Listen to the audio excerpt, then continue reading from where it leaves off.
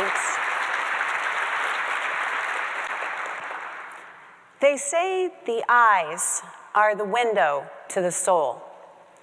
But there's something else that can tell us more about who we are, how we see ourselves, and our emotional state. And that is the human voice.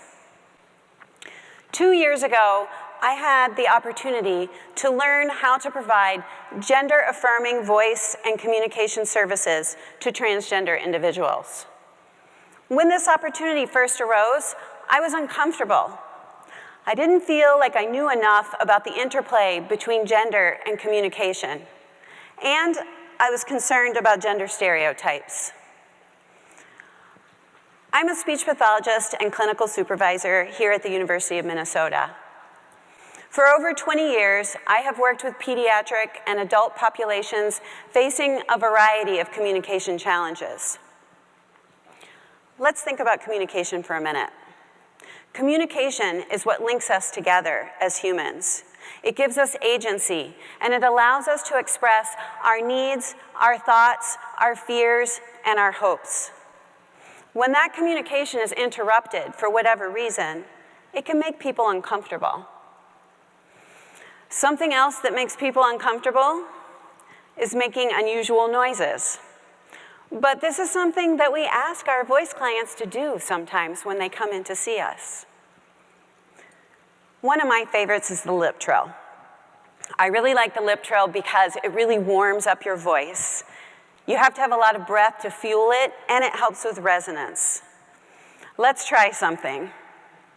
First me, and then all of you.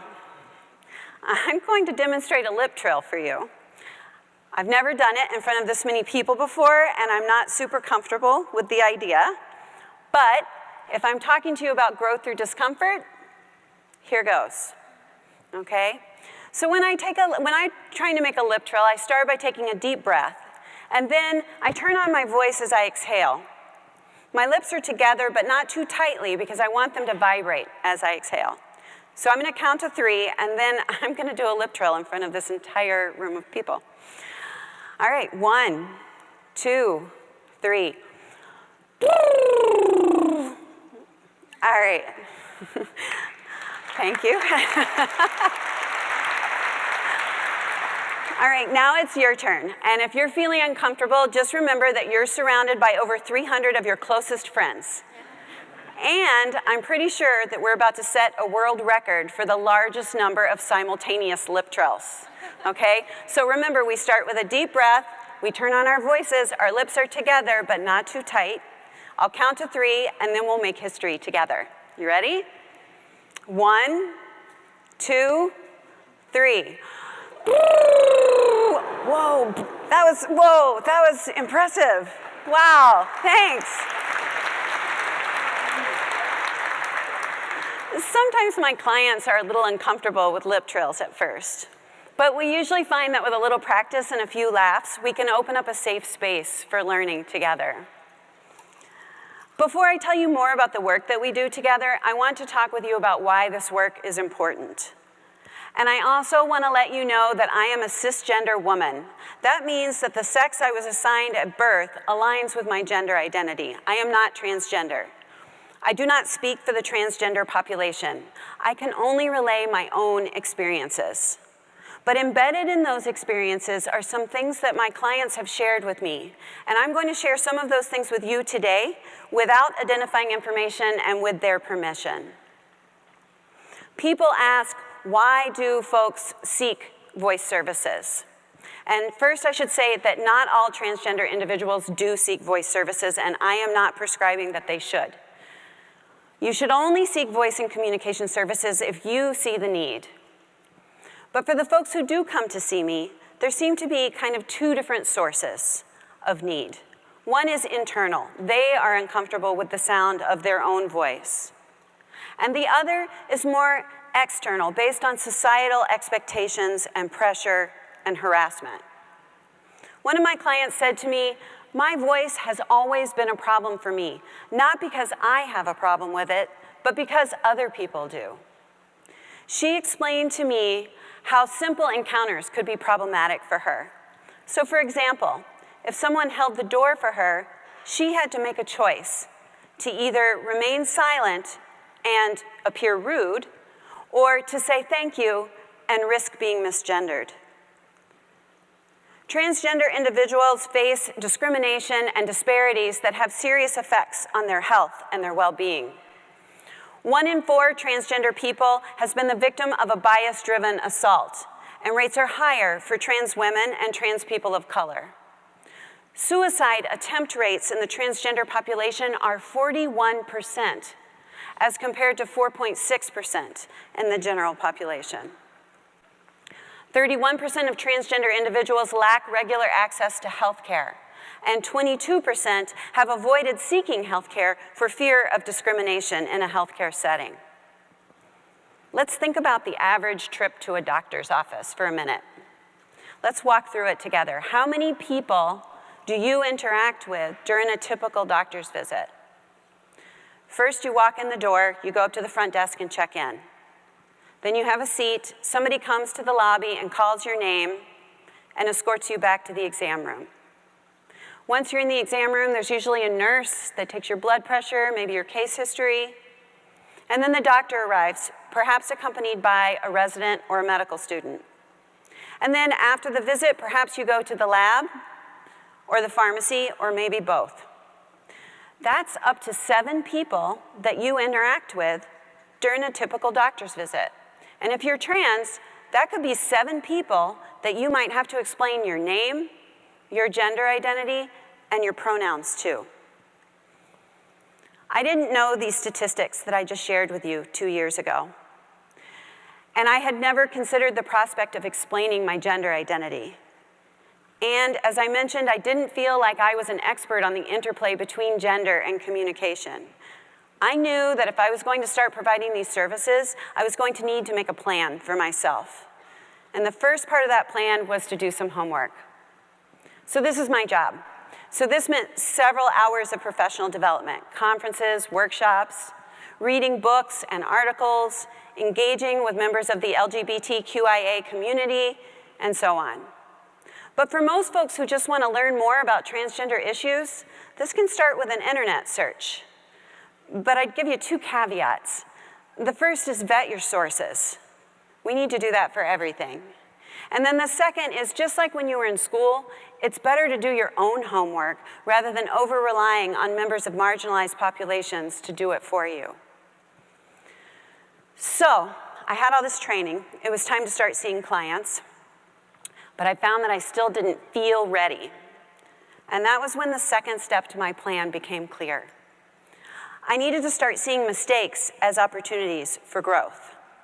Nobody likes making mistakes, even if we know that's how we learn and grow. I work with graduate students early in their clinical practice, and I find that I am frequently encouraging them to try things out, even if it means they might make a mistake. They have to be careful, for sure, but they cannot be so overly cautious that they're incapable of proceeding.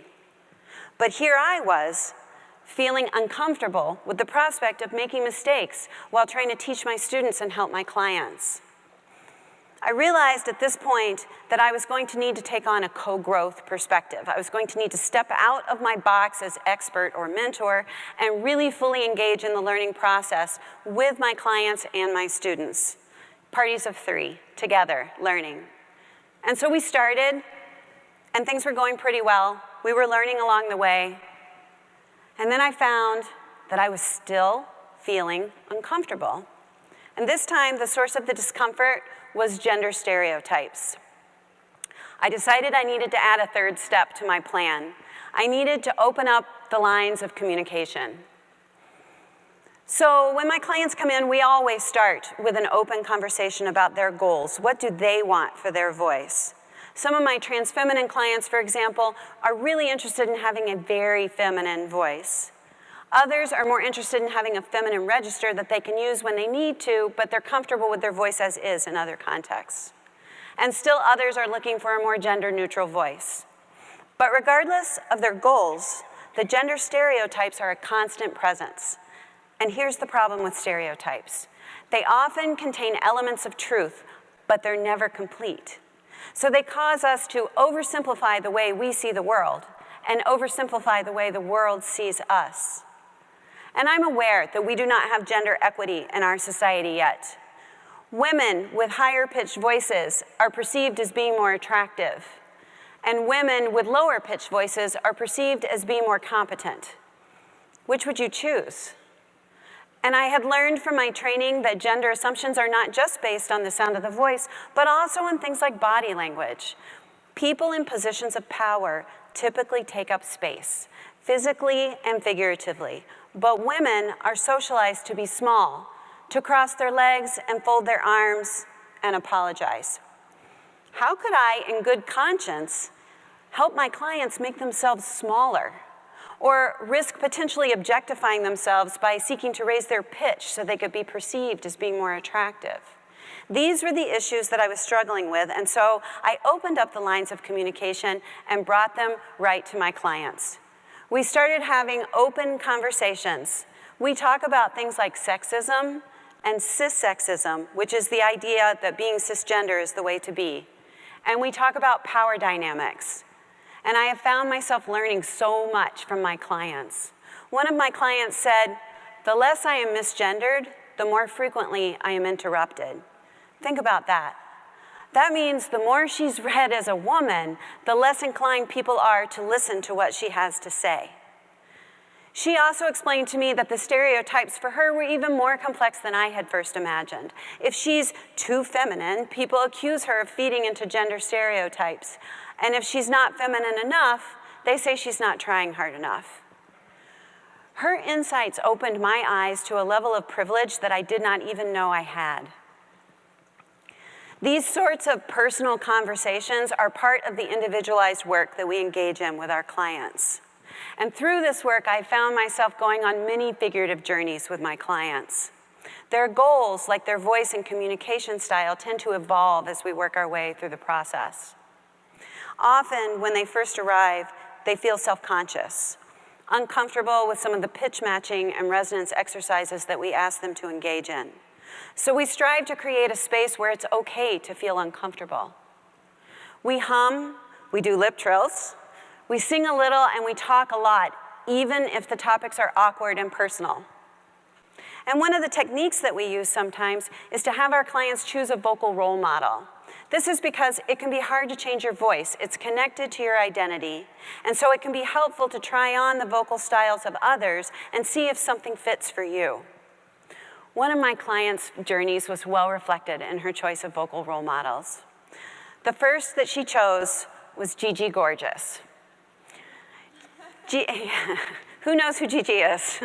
Woo, yeah. So she's a YouTube vlogger and transgender activist. Her vlogs contain information about makeup and beauty and celebrity life, as well as tales from her experiences as a YouTube celebrity who's also transgender. So we practiced with Gigi as a vocal role model for a bit. And then after a few weeks, the client came in and said, "You know, Gigi's great, but I have a new vocal role model." Are you ready? Hillary Clinton. A really different vocal role model, right? Yeah, and perhaps a reflection of the gravity of feelings that she was having at this point in her voice modification process. She wanted to be taken seriously. So we looked at speeches and interviews that Hillary had given, and we looked at her stress and intonation patterns and examined how she used those tools to convey her message. And then, a few weeks later, the client said, "I've selected a new vocal role model." And this time, it was Laverne Cox. Laverne Cox is a transgender actress, or she's an actress and a transgender activist who's perhaps best known for her role on Orange is the New Black. The client explained to me that what she liked about Laverne's voice and communication style is that it reflected the complexity and nuance of her as a complete person. She wasn't locked into one certain way of communicating or expressing her femininity. And so my client went from Gigi to Hillary to Laverne, and she found her own voice. She had discovered that she too could vary her communication style and express her femininity in a variety of ways, as all women do. And as she nears completion of her services with us, she and I have reflected on her journey. She's worked on her literal voice, and she's worked on her figurative voice. But she's also worked on her inner voice, the one that empowers her.